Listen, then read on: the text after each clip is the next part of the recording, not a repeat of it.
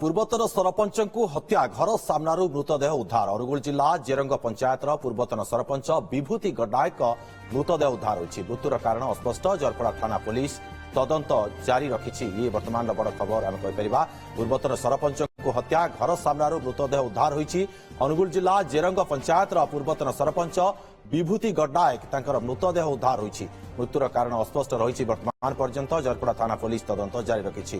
ଅଧିକ ସୂଚନା ପାଇଁ ଫୋନ୍ ଲାଇନରେ ଯୋଡିଛନ୍ତି ଆମ ସହଯୋଗୀ ବିରଜା ଦାସ। ବିରଜା, ଜାଣିବାକୁ ଚାହିଁବି ଇଏ ହତ୍ୟାକାଣ୍ଡ ମୃତଦେହ ଉଦ୍ଧାର ହୋଇଛି, କଣ ଜଣାପଡୁଛି ଅଧିକ ଅପଡେଟ୍?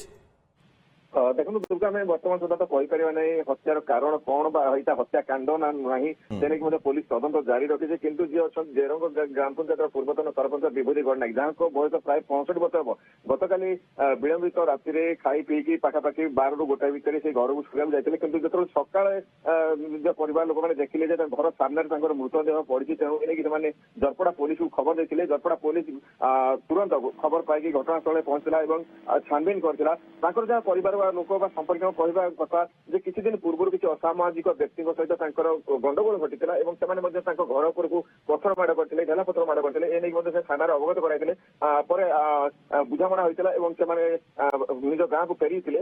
କିନ୍ତୁ ପରବର୍ତ୍ତୀ ସମୟରେ ଆଜି ଯେତେବେଳେ ଘଟଣା ସାମ୍ନାକୁ ଆସିଲେ ତାଙ୍କର ମୃତଦେହ ଉଦ୍ଧାର କରାଯାଇଛି, ତେଣୁ ସେମାନେ ଭାବୁଛନ୍ତି ସେଇ ଅସାମାଜିକ ବ୍ୟକ୍ତି ହିଁ ସେମାନଙ୍କୁ ହତ୍ୟା କରିଥାଇ ପାରନ୍ତି।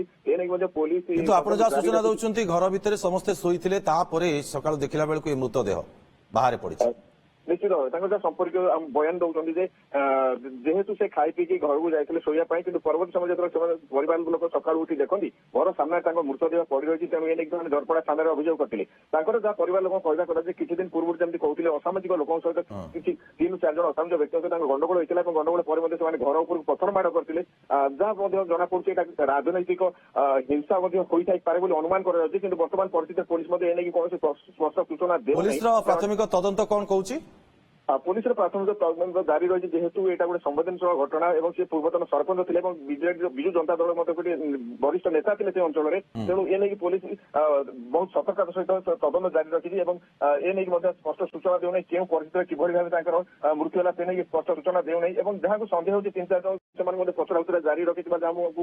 କିନ୍ତୁ ଘର ଲୋକଙ୍କର ପ୍ରତିକ୍ରିୟା କଣ ରହୁଛି? ଘର ଲୋକ ଯାହା ପ୍ରତିକ୍ରିୟା ରଖିଛନ୍ତି ଯେ କିଛି ଦିନ ପୂର୍ବରୁ ଯେମିତି କହୁଥିଲି 3-4 ଜଣ ଅସାମାଜିକ ଲୋକଙ୍କ ସହିତ ଗଣ୍ଡଗୋଳ ସେମାନେ କେଉଁ ଦଳର କେଉଁ ଏବେ ମୃତ୍ୟୁର କାରଣ ଅସ୍ପଷ୍ଟ ରହିଛି ବର୍ତ୍ତମାନ କହିପାରିବା ଆମେ। ବହୁତ ବହୁତ ଧନ୍ୟବାଦ ବିରଜା ଆପଣଙ୍କର ତମାମ ସୂଚନା ପାଇଁ।